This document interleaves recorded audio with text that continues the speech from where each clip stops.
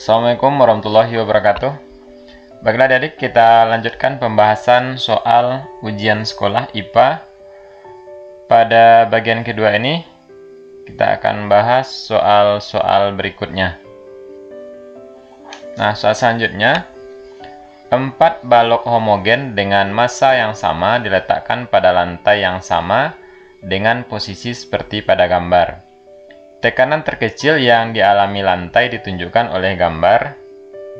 Oke, ini gambarnya ya, adik. Nah, untuk soal ini kita lihat dulu rumus dari tekanan itu. Jadi untuk mengetahui tekanan terkecil, kita lihat dulu rumus dari tekanan ya. Jadi rumusnya, oke, kita buat di sini saja. Tekanan itu P sama dengan F per A. Nah, dari sini kita tahu bahwa tekanan itu dipengaruhi oleh gaya dan A ini luas penampang. Untuk gaya, karena massa sama, ya di sini katakan massa sama, maka F-nya sama. Maka F tidak berpengaruh lagi. Nah, jadi yang berpengaruh hanya luas permukaan saja ya. Nah, luas permukaan yang mana? Luas permukaan yang berada di lantai, karena tekanan yang dialami lantai ya. Jadi adik tinggal menghitung luas penampang atau luas permukaan balok yang berada di lantai ya. Karena ditanya tekanan terkecil, maka kita lihat hubungan antara tekanan dengan luas permukaan. Nah, di sini hubungannya P itu ya, P berbanding terbalik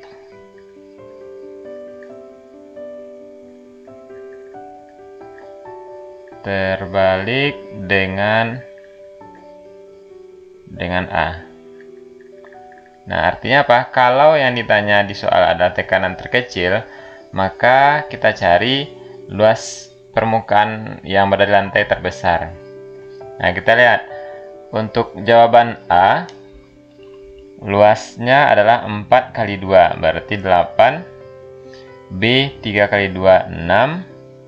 Kemudian C 4 kali 1, 4. Dan D 2 kali 1 sama dengan 2. Nah, luas permukaan terbesar ada di pilihan A. Maka disinilah tekanan terkecil akan dihasilkan ya. Jadi jawabannya adalah A.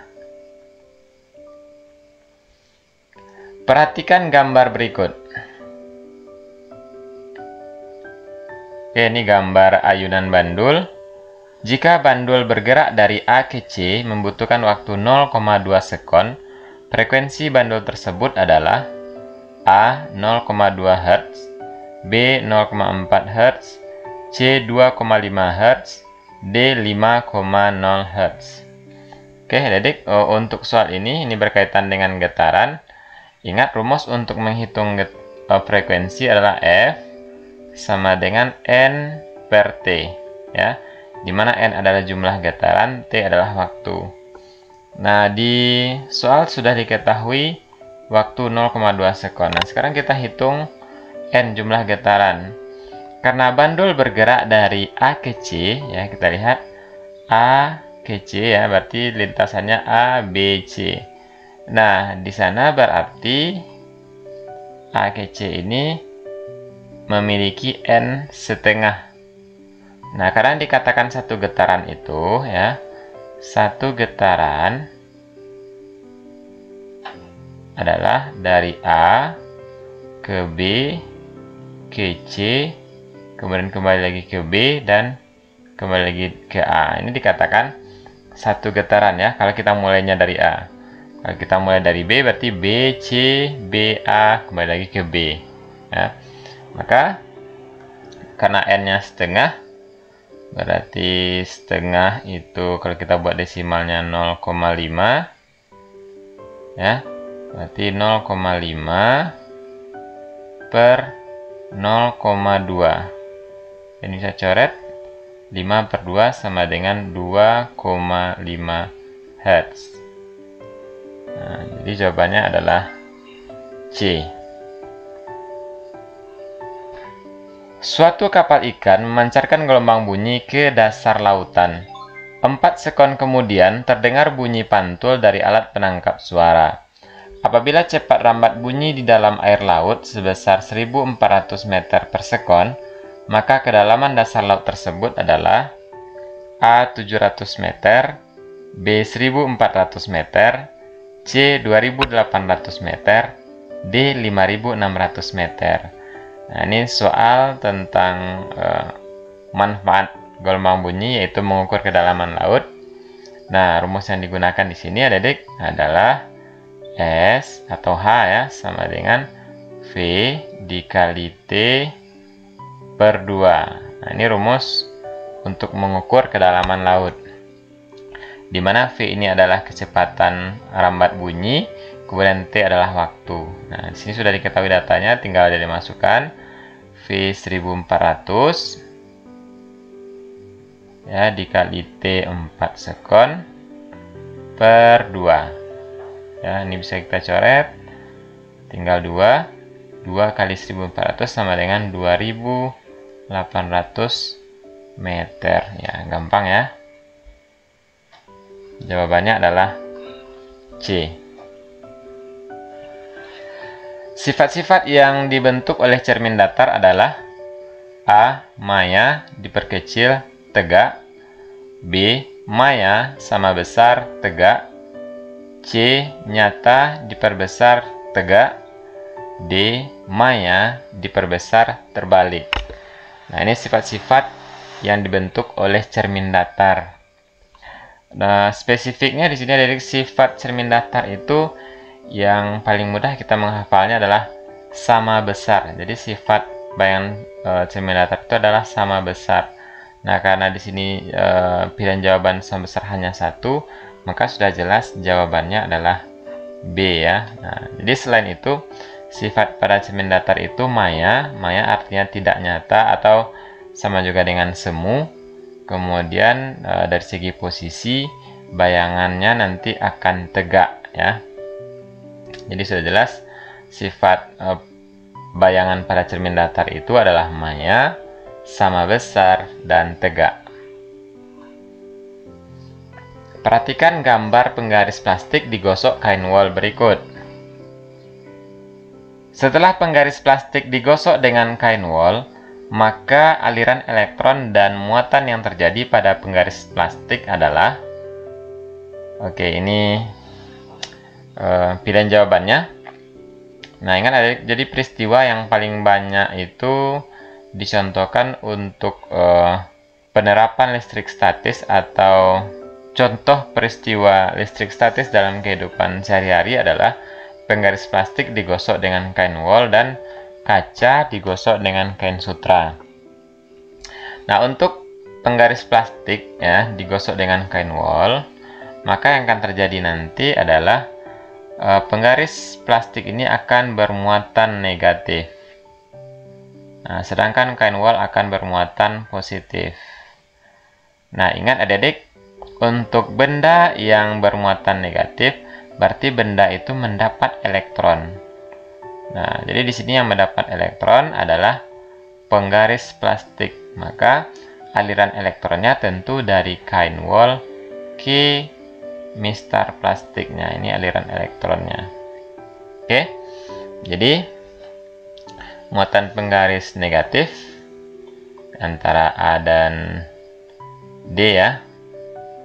Kemudian aliran elektron dari wol ke penggaris plastik. Nah, maka jawabannya adalah D.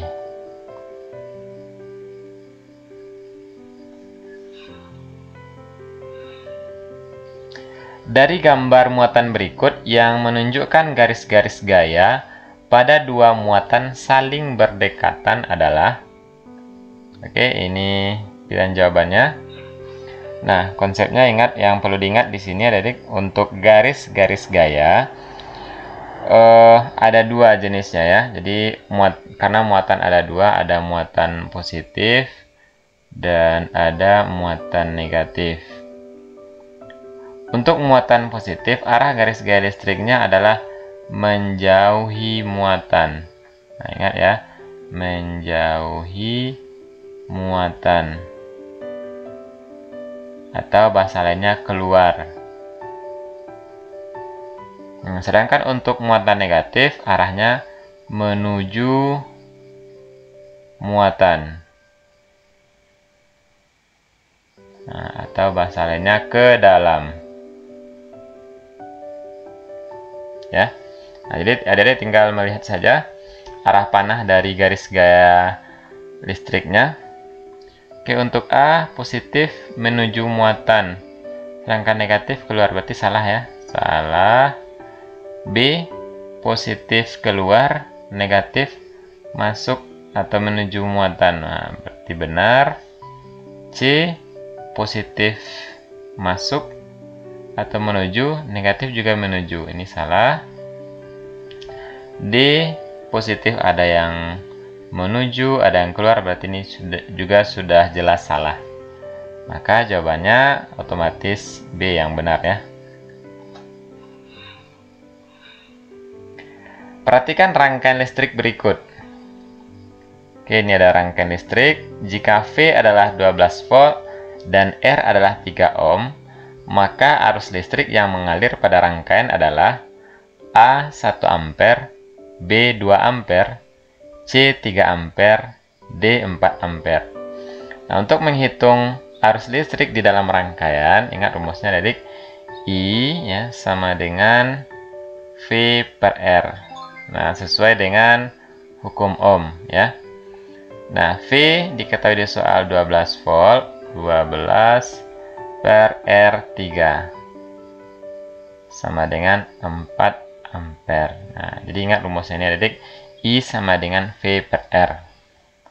Nah, jadi jawabannya adalah D. Dalam sebuah rumah terdapat 4 lampu 20 watt, 2 lampu 10 watt, 3 lampu 40 watt yang menyala 5 jam setiap hari. Jika harga listrik per kWh Rp500, maka biaya yang harus dibayar dalam 1 bulan atau 30 hari adalah A. Rp5.625, B. Rp7.500, C. Rp12.750, D. Rp16.500. Ya baik, soal ini berhubungan dengan menghitung biaya yang dikeluarkan untuk kebutuhan listrik selama 1 bulan ya. Nah, jadi caranya di sini adik-adik kita tinggal kalikan saja. Nah, sebaiknya adik-adik membuat perkaliannya ke samping ya, seperti ini. Yang pertama 4 buah lampu berarti 4 dikali dayanya 20 watt. Kemudian dikali berapa jam dihidupkan sehari. Ini 5 jam atau 5H ya. 5 hour. Sama dengan 4 kali 20, 80 kali 5 sama dengan 400 WH. Kemudian yang kedua, 2 lampu dikali 10 watt dikali 5 jam juga ya, sama dengan 100. Selanjutnya 3 lampu 40 watt ya, 40 watt dikali 5 jam juga sama dengan 600 watt hour ya. Nah, kemudian setelah habis peralatan elektroniknya, ini kita jumlahkan ke bawah sama dengan 1100 watt hour ya. Nah, ini baru penggunaan energi listrik selama 1 hari. Dan di sini diminta untuk 30 hari, berarti ini kita kali 30. Ya, sama dengan 33.000 watt hour. Nah, kemudian sebelum kita kalikan dengan biaya biaya listriknya ya, di sini biaya listrik itu di dalam satuan kWh. Maka ini kita jadikan dulu ke dalam kWh. 33.000 ya, itu dibagi 1000 sama dengan 33 kWh.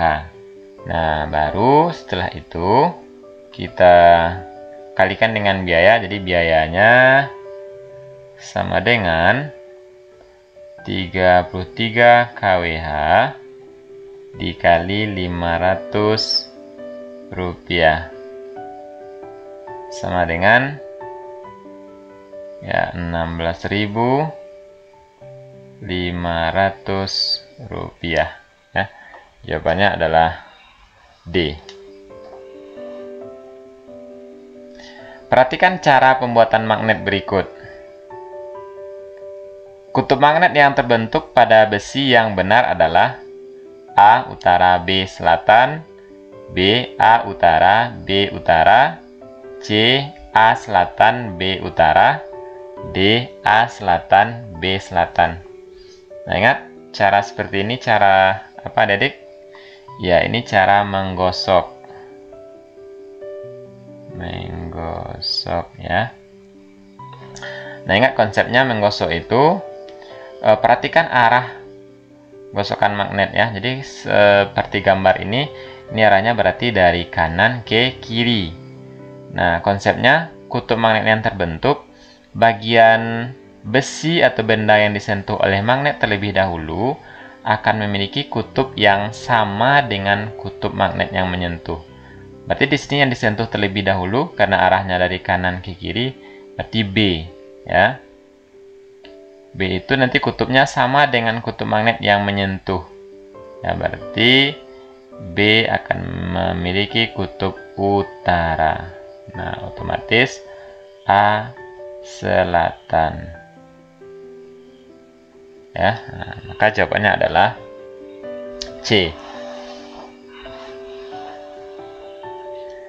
Pada sebuah transformator terdapat kumparan primer yang mempunyai 1200 lilitan dan kumparan sekunder yang mempunyai 1000 lilitan. Jika arus primer 4 ampere, maka kuat arus sekunder adalah A 2,8 ampere, B 3,2 ampere, C 4,8 ampere, D 5,6 ampere. Nah, soal ini berkaitan dengan transformator ya, Adik. Nah, ingat rumusnya. Kalau yang ditanya itu I, ya, I ini berbanding terbalik ya dengan jumlah lilitan atau tegangan. Jadi tinggal ditulis I sekunder yang ditanya IS per IP sama dengan, nah berbanding terbalik. Berarti di sini kita tulis NP per NS. Nah, oke. Kita masukkan nilai yang ada pada soal IS per, di sini diketahui arus primer ya, 4 ampere sama dengan NP, kumparan jumlah lilitan pada kumparan primer ya 1200, kemudian jumlah lilitan pada kumparan sekunder 1000. Nah, supaya angkanya tidak terlalu besar, ini bisa Adik sederhanakan. Ini dibagi 200 kita dapatkan 6, ini dibagi 200 dapat 5. Kemudian kita kali silang, 5 IS sama dengan 4 kali 6 sama dengan 24. Maka kita pilih IS sama dengan 24 per 5 sama dengan 4,8 ampere. Benar, Adik? Paham ya? Jawabannya adalah C. Nah, demikianlah Adik pembahasan soal kita pada video bagian 2 ini. Nah, jangan lupa untuk menyaksikan kelanjutan pembahasan soal ini pada video bagian ketiga. Nah, semoga ini dapat membantu dalam persiapan menghadapi ujian sekolah. Terima kasih atas perhatiannya. Assalamualaikum warahmatullahi wabarakatuh.